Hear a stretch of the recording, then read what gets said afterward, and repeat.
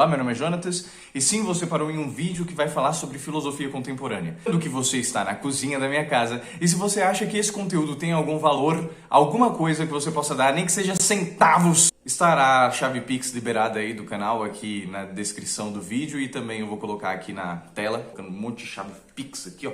Vamos continuar aquilo que nós começamos no vídeo passado e com fé em Deus eu vou continuar de forma periódica e todas as vezes que eu gravo eu prometo isso e particularmente eu não estou conseguindo cumprir, mas, como eu disse, a chave Pix está aí, tentem me motivar. Vídeo passado a gente terminou falando sobre os movimentos que surgiram, movimentos não, as filosofias que surgiram na segunda metade do século XIX através das figuras de Kierkegaard, Nietzsche e Schopenhauer. Eles são basicamente aqueles que vão basear a filosofia existencialista que vai iniciar com este nome, né, com este movimento no século XX. Querendo ou não, como nós já conhecemos as bases do existencialismo, eu não preciso necessariamente falar para você tudo o que vem depois deles. O que necessariamente nós precisamos fazer agora é compreender o que acontece com o movimento filosófico a partir do século XX. Não sei se você se lembra, mas no vídeo passado eu falei sobre a questão de que na Idade Média você tinha como ideia central Deus, depois na Idade Moderna você tinha a ideia central como razão. Na Idade Contemporânea, na segunda metade do século XIX, o que você tem é a substituição da razão pelo sujeito. O sujeito ele é maior do que a razão instrumental, que foi muito divulgada na modernidade, principalmente essa razão que envolve cientificismo, de acreditar na ciência como aquela que iria guiar a humanidade para um futuro melhor. Os movimentos pré-existencialistas, e por que não, os pais do existencialismo, fundaram nesses movimentos uma concepção de que o sujeito ele não pode ser reduzido. Todas as vezes que nós encaramos uma ciência, nós precisamos compreender que há intenções de fazê-la. O problema é que esses pais do existencialismo, eles focaram muito na ideia de sujeito ao ponto de compreender a verdade como um instrumento subjetivo. O que isso significa? Significa que a sua opinião ela deve ser compreendida como uma verdade pessoal. E por ser uma verdade pessoal e o sujeito não poder ser reduzido, então preciso levar em consideração, mesmo que essa verdade em alguma medida me fira. Porque a grande compreensão do existencialismo é justamente a ideia de um relativismo geral, onde cada um pode de fato enunciar uma verdade e essa verdade deve ser levada em consideração, porque ela é sua verdade. A questão é que ciência não se faz desse jeito. Eu não posso simplesmente achar que as pessoas elas devem ter a sua opinião a respeito de que tipo de pesquisa deve ser feita na ciência, sendo que às vezes a opinião não tem uma base objetiva. Ela é só uma questão do sujeito, é só uma questão de opinião própria. E questões de opinião não podem ser levadas a sério como dado objetivo, como um dado científico ou como um dado de algum estudo. Porque se depende somente da sua cabeça, não tem como eu estudar o que está se passando na sua cabeça. Você pode mudar a verdade da forma como você quiser. Não existe critério de verificabilidade naquilo que eu acredito. Se eu acredito, você simplesmente pode acreditar naquilo que eu acredito e acabou. Você não precisa verificar se a minha crença é verdadeira ou não. A questão é que não é assim que se vive, meu amigo. Não tem como a gente avançar na sociedade sem um mínimo de critério de objetividade, principalmente em questões legais. Eu roubo você, e aí a gente chega no juiz e fala, qual é a sua verdade, ladrão? Aí o ladrão fala, na verdade eu não roubei. Eu peguei aquilo que historicamente foi tirado das minhas mãos. E se o critério é relativo, qual dos dois deve ganhar o julgamento? Então, no início do século XX, o que nós temos é a crise do sujeito. E essa crise do sujeito é respondida por algumas correntes filosóficas. O que é essa crise do sujeito? O sujeito não pode ser o dono da verdade. E se ele não pode ser o dono da verdade, mesmo que ele, ainda que ele não seja irredutível, como os pais do existencialismo diziam, eu não posso me basear somente nele para adotar um critério de objetividade para analisar o mundo. E a primeira corrente é a fenomenologia. É difícil quando a gente não tem um tripé. É por isso que tem uma chave Pix no canal. Você já viu? Essa chave Pix é para me ajudar a comprar as coisas assim pro canal. Fenomenologia. O que é a fenomenologia, né? Primeiro, ela foi inventada por um filósofo alemão, Edmund Husserl. Ele compreende que a relação do ser humano com o mundo é uma relação de fluxo. Beba água. A base da fenomenologia é a compreensão de que é um instrumento de análise que nos leva a compreender como é que funciona aquilo que está dentro de nós, a nossa consciência, em relação ao objeto que está fora de nós, que é aquilo que a gente estuda. Por exemplo, essa garrafa. Calma aí que eu estou rosqueando aqui. Rosqueando. Quando a gente vai estudar, digamos assim, o metal que está presente na composição dessa garrafa, o que nós temos aqui? Nós temos a minha consciência que tem a intenção de estudar, ou seja, eu tenho um objetivo, qual eu me baseio para estudar a composição dessa garrafa. Ao mesmo tempo que essa garrafa tem características que vão sendo reveladas conforme eu estudo. Condutibilidade, a forma como ela troca o calor com o meio, como é que ela faz para isolar termicamente a água gelada. Existe um número de características dentro deste objeto, no qual eu vou nomear a partir das minhas intenções, mas essas intenções elas são alteradas conforme eu vou descobrindo coisas novas do objeto. E a fenomenologia ela vai estudar exatamente esse fluxo de compreensão entre o objeto que eu estudo e aquilo que eu tenho como objetivo claro na minha cabeça. Tudo que nós vamos estudar, tudo, absolutamente tudo, seja uma matéria da escola, seja uma disciplina da vida, seja para aprender a fazer um trabalho, nós sempre estudamos com uma intenção. E essa intenção é levada em consideração pelos fenomenólogos, quando eles vão estudar a forma como nós adquirimos conhecimento e a forma como nós procuramos a verdade, porque nesse sentido você tem a intenção e essa intenção é modificada pelo mundo exterior. Você tem uma resposta para a modernidade.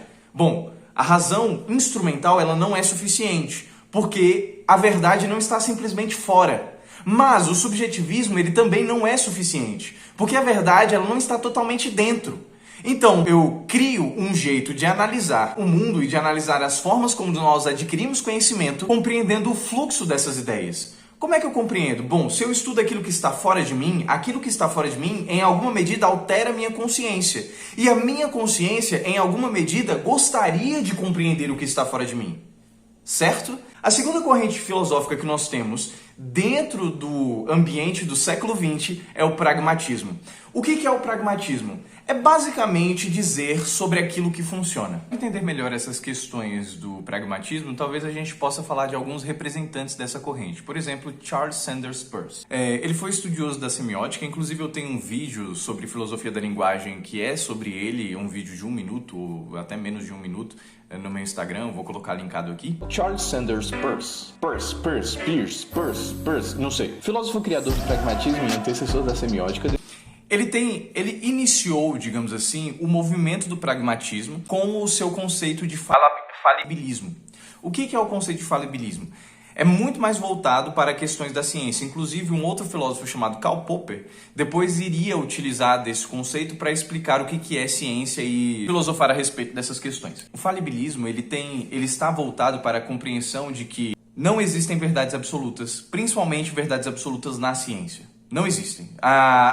Tem que ser verdade o tempo todo. Tem que ser uma verdade igual à matemática. Como 2 mais 2 são 4, então todas as outras coisas que nós podemos replicar, elas precisam ser tão abstratas quanto a matemática e tão objetivas quanto a física. Não existe nada que nós possamos testar no mundo que não tenha uma falha.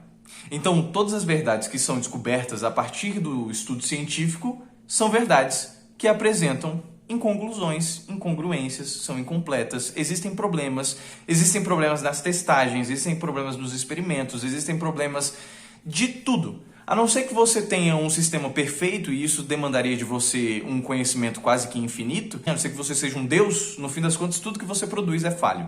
Mesmo sabendo que todas as coisas são falhas, nós ainda assim nos utilizamos delas. Por que nós nos utilizamos? Porque nós criamos hábitos de ação. Por exemplo, fazer um arroz. Essa preparação, ela às vezes muda de lugar para lugar. Porque o tempo de colocar na água, o tempo de fervura, ele muda um pouquinho, mas muda. Ainda assim, você pode falar que, no geral, você pode esperar, 10 minutos para a água começar a ferver. Porém, ao tentar determinar o tempo exato, você começa a perceber que existe uma falha. Não necessariamente é 10, às vezes é mais do que 10, às vezes é menos do que 10. Só que o hábito fez com que a nossa mente se tranquilizasse e todas as vezes que a gente escuta uma informação de 10 minutos para 2 xícaras de arroz. Isso fez com que a nossa mente se tranquilizasse porque, em certa medida, nós acreditamos que aquilo está certo, que aquilo vem como verdade. Ou seja, se a Ana Maria Braga me fala para eu colocar o arroz por 10 minutos dentro da água, eu vou acreditar nela. Porque eu imagino que ela tem sim, de fato, o conhecimento necessário para me explicar como funciona cozinhar. Aí você pode dizer, ok, a gente pode pensar em questões como cozinha, mas questões como ciência, o que garante que as coisas que a ciência descobre são verdadeiras e realmente funcionam? E aí é que tá. A base da crença de confiança está totalmente alicerçada a questões de bons resultados. Uma crença confiável, na verdade, é uma crença que gera um bom resultado. E se ela gera um bom resultado, logo o hábito vai mostrar que sim, de fato, enquanto eu seguir aquelas instruções, mesmo que seja mais ou para menos, ainda assim estará dentro do tempo que foi estimado. Logo, por mais que seja falho, funciona. A ciência ela não tem verdades absolutas, de fato não, mas não significa que o ideal científico, os objetos da ciência, não tenham critérios de verificação. Eles têm esses critérios de verificação. E é por isso que não pode se basear somente nas nossas opiniões. Nós precisamos verificar essas fontes e verificar os experimentos. E saber onde estão as falhas de cada um. Honestidade, principalmente honestidade intelectual, não é simplesmente eu te falar das fontes, mas eu também explicar as falhas. Outro filósofo pragmatista, William James. O que William James é? Ele é um filósofo voltado para a compreensão religiosa. Logo, fé é sempre algo que produz um valor para a sociedade. A crença no bem e no mal dependem da utilidade para a sociedade. Qual é o problema disso? É que se a sociedade ela aceita certo tipo de comportamento, a crença não pode ser contra esse tipo de comportamento. Por quê? Porque a sociedade ela aceita aquilo que é mais útil. Se aquilo que é mais útil se iguala ao bem, eu não preciso ficar filosofando sobre o que é o bem, o que eu devo fazer certo, como é que eu tenho que viver uma vida santa, essas coisas assim. Não, eu só preciso saber aquilo que é útil para a sociedade. Se é útil para a sociedade, é bom. Outro filósofo que foi importante para a filosofia pragmatista foi John Doyle. O que ele tem para nos oferecer? Ele fala a respeito da perspectiva pedagógica. Nesse sentido, não existem ideias certas ou erradas. É aquela velha questão do professor em sala de aula que fala assim, não existe dúvida boba, não existe... Aqui é uma pergunta sem certo e errado. No fundo, o professor ele sabe que existe o certo e errado. E ele acredita nisso. Mas, para uma forma pragmática de fazer com que o aluno responda, ele fala, olha, não existe certo e errado. Ele se torna um pragmatista ali. Por que não existe certo e errado? Não está dizendo que você não vai ter equívocos ou que você não vai ter uma resposta excelente. Mas que toda resposta que tem equívocos, que seria da categoria errada ou da categoria falsa, ela pode ser corrigida. E toda resposta que é excelente, ela serve de modelo. O verdadeiro e o falso depende da perspectiva, se você é o professor ou se você é o aluno que está respondendo a prova. Porque na prova, o que importa é se é verdadeiro ou falso, não se você tem que corrigir a questão. Isso não importa para você. Mas, pragmaticamente falando, não existe necessariamente o verdadeiro e o falso. Existe aquilo que precisa ser corrigido e aquilo que é usado como modelo de correção. Próxima corrente filosófica, que talvez é a corrente que eu mais me dediquei durante a minha graduação, é a filosofia analítica. A filosofia analítica é uma filosofia de análise de significados. E ela é feita com uma base rigorosa lógica. Ou seja, para a filosofia analítica, eu compreendendo a lógica que você segue, eu compreendo o significado das palavras que você usa. Se eu analiso as palavras que você usa, retirando os significados e tentando compreender a lógica que está por trás de cada frase que você diz, de cada coisa que você escreve, eu posso ter um panorama geral, filosófico, sobre o assunto que você está tentando discorrer. A filosofia analítica, talvez ela não seja a principal que tenha feito isso, mas ainda assim a influência dela é tão forte que alguns autores de livros de filosofia gostam de dizer isso, que ela foi primordial para o que foi chamado de linguistic turning. O que é o linguistic turning? É um paradigma filosófico epistemológico. O que isso significa? Significa que existe uma nova forma de você interpretar o mundo. O mundo não é mais interpretado a partir da verdade, da mentira, da beleza. Você não interpreta mais tentando compreender as coisas em si. Você interpreta agora tentando compreender as palavras que são utilizadas para compreender essas coisas. Se a nossa única ponte com o mundo é a linguagem, ou seja, você, por exemplo, está estudando agora filosofia. Isso aqui é um estudo, querendo ou não, você está estudando. Se você está vendo esse vídeo, você está estudando. Esse estudo depende do quanto você consegue compreender o que eu estou te dizendo. E o que eu estou te dizendo depende do quanto eu compreendi na pesquisa que eu fiz anteriormente para gravar esse vídeo. Nesse sentido, qual é a semelhança entre você, eu e até mesmo o instrumento de pesquisa que eu utilizei, a linguagem que foi utilizada? Tudo isso envolve uma única ponte, que é a linguagem. Se eu conheço através das palavras, as palavras me auxiliam a ter um instrumento de interpretação filosófico que me garanta a compreensão do mundo. Então, relacionar-se com o mundo é se relacionar com os significados que são criados através das nossas palavras. Aqui é que nós temos, por exemplo, talvez o maior de todos os representantes da filosofia analítica e o mais importante do século XX, de novo, Hipérbole.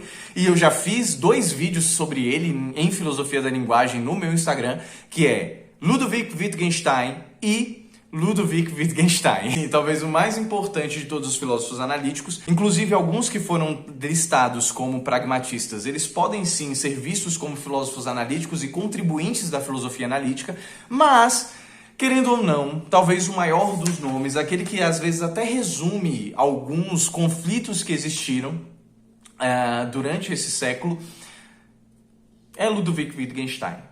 Uma curiosidade sobre ele é que ele estudou com Adolf Hitler. Eles eram contemporâneos. Na Primeira Guerra Mundial, Ludwig lutou, e ele não só lutou, como ele escreveu a sua primeira obra, que é o Tratatus Lógico-Filosóficos. É lindo esse livro. Qual é a grande questão do Tratatus?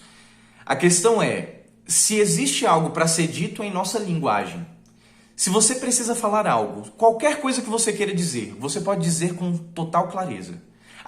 Aquilo que você não pode dizer com clareza, você deve ficar calado. Bizarro, né?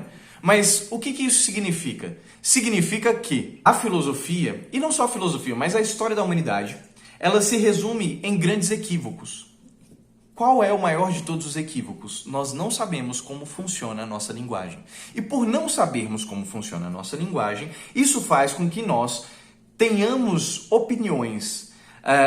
Isso faz com que cada um de nós tenha uma certa opinião que é estúpida. Porque você está tentando argumentar sobre algo que você não consegue argumentar. Por exemplo, Deus, liberdade, ética e até mesmo a nossa figura enquanto seres humanos. Nós não temos palavras para descrever isso, porque para eu descrever o que o ser humano é, eu preciso saber o que ele não é e eu preciso viver fora do ser humano. Eu preciso ser um observador imparcial. Para eu descobrir o que Deus é, eu preciso ser alguém que está mais acima de Deus para conseguir descrevê-lo. Mas toda a linguagem que a gente utiliza são reflexos, são representações daquilo que nós estamos vendo no mundo. O mundo não é o conjunto de coisas, ele é o conjunto de interpretações. Querendo ou não, tudo que a gente sabe do mundo foi porque alguém nomeou. E esse alguém nomeou porque ele tinha uma certa interpretação do mundo. E nós utilizamos dessa interpretação. É útil, funciona e é verdade. Querendo ou não, você não nasceu falando língua portuguesa, mas você foi introduzido a essa sociedade brasileira que fala língua portuguesa e boa parte daquilo que você fala, que você se expressa, são coisas que você ganha vivendo. Então são interpretações que se tem e que são compartilhadas. Só que, o que é que a gente fala que não tem clareza é justamente tudo isso que envolve um ponto de vista metafísico, algo que vá para além do mundo, algo que me dê uma interpretação quase que como um observador que está no universo e olha para nós. Se eu não sou esse observador, se eu não ultrapasso isso, então eu devo ficar calado. Só que existe uma coisa que Wittgenstein, ele percebe depois, mas que lendo o livro a gente também percebe que enquanto ele escrevia, ele sabia que existia esse contrassenso. A linguagem. Porque para eu filosofar a respeito da linguagem, seguindo os critérios de Wittgenstein, se eu só posso falar coisas que são claras, então eu preciso estar fora da linguagem para falar da linguagem. Sabe aquela coisa da metalinguagem? O código falando do código? A linguagem falando da linguagem? Se nós estamos falando da linguagem. E se todo o âmbito de Wittgenstein, se toda a obra de Wittgenstein é a respeito da linguagem, ele está ou não está utilizando metalinguagem? Ah não, mas se o critério é ser claro, ele está sendo claro. Só que ele está sendo claro de um ponto de vista que não é tão claro. Como assim? Se eu vou falar, argumentar a respeito da linguagem, eu preciso, no mínimo, me colocar como um observador da linguagem, como alguém que é até um pouco desprovido dessa linguagem humana e tentar compreender a estrutura que está por trás. Como é que eu faço isso me utilizando da linguagem? Ou seja, eu sou um ser humano que argumenta sobre o ser humano, eu sou um ser humano que argumenta sobre Deus, eu sou um ser humano que argumenta sobre a liberdade, enquanto usufruo dessas coisas, da fé em Deus, da forma de ser humano e da minha ação livre no mundo. Eu não sei como essas coisas se estruturam logicamente ou qual é o argumento necessário para essas coisas, mas eu me utilizo de todas elas. Da mesma forma, eu me utilizo da linguagem. Então, se Wittgenstein está se utilizando de metalinguagem, ele cai na segunda parte da sua própria frase. Ele deveria estar calado. Ele continua argumentando até o final a respeito da representatividade da linguagem. A segunda obra de Wittgenstein, que foi uma obra que ele escreveu para ser publicada, no entanto, ele morreu antes da publicação. Então, o Wittgenstein ele tem duas obras que ele tinha intenção de publicar. As outras obras que nós temos hoje em dia são obras que são mais anotações pessoais que foram publicadas posteriormente. Mas essas duas obras são as obras da vida dele e somente com essas duas ele fez história, ele mudou, digamos assim, o curso da história da filosofia da linguagem. Essa segunda obra dele se chama Investigações Filosóficas e o ponto dela é, de fato, eu estava errado no outro livro. Por que ele estava errado? Porque ele entendia que a estrutura da linguagem era aquilo que revelaria a estrutura do mundo. Então, se eu compreendo a estrutura da linguagem, eu compreendo a lógica que organiza o mundo. Só que tem um problema. A linguagem ela não segue essa lógica pré-estabelecida. Muito pelo contrário, ela segue uma lógica que é estabelecida nas nossas relações. Então, querendo ou não, a sociedade, o mundo, o coletivo é anterior a qualquer estrutura linguística. Ok, mas o que isso significa? Bom, nós podemos falar de metalinguagem na medida em que nós não participamos de todas as linguagens que são utilizadas no mundo. Ok, vamos lá. Vamos primeiro pensar no conceito que ele cria. Ele cria um conceito chamado jogos de linguagem. O que isso significa? Significa que todas as vezes que nós nos reunimos para conversar, nós criamos um jogo. Nesse jogo, o que prevalece é o contexto. Não é o significado das palavras isoladas, mas é o significado das palavras aplicadas ao contexto que nós estamos seguindo. Quando você está com seu amigo e você começa a falar gírias, falar, pô, mano, velho, firmeza, sei lá. Você fala umas coisas meio loucas, assim, que às vezes o seu pai, sua mãe, seu avô não entende o que você está tentando dizer porque você tem um vocabulário próprio que segue umas regras de acordo com o contexto em que você vive. Por exemplo, o contexto da escola, os seus amigos têm a mesma faixa etária que você, não existem pessoas tão mais velhas que você se relaciona, e nesse sentido você usa algumas formas de você usa algumas linguagens que para nós só conseguiríamos compreender se nós estivéssemos inseridos no seu mesmo contexto. E esses contextos criam jogos de linguagem. Ok, entendi. Então, existem jogos de linguagem. Qual é o papel da filosofia nisso? Bom, se na obra anterior do Tractatus, a filosofia ela era feita de enganos, de equívocos, porque ela não sabia da estrutura da linguagem, e Wittgenstein estava agora criando uma estrutura e falando, ó, se você seguir nessa estrutura você consegue responder a todas as questões da filosofia. Agora, Wittgenstein está criando uma outra forma de ver a linguagem. No sentido de que cada contexto cria significados distintos. Se cada contexto cria significados distintos, o papel da filosofia é compreender que tipo de jogo está sendo jogado em cada um desses contextos.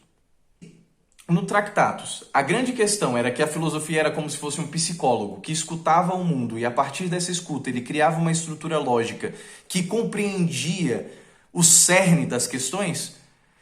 Nos jogos de linguagem, nas investigações filosóficas, Wittgenstein ele cria uma filosofia que é psicanalítica, onde ela escuta o mundo e em cada um de seus contextos ele encaixa um método diferente. Porque ele compreende que a linguagem é um organismo tão vivo quanto nós somos vivos. Então é isso.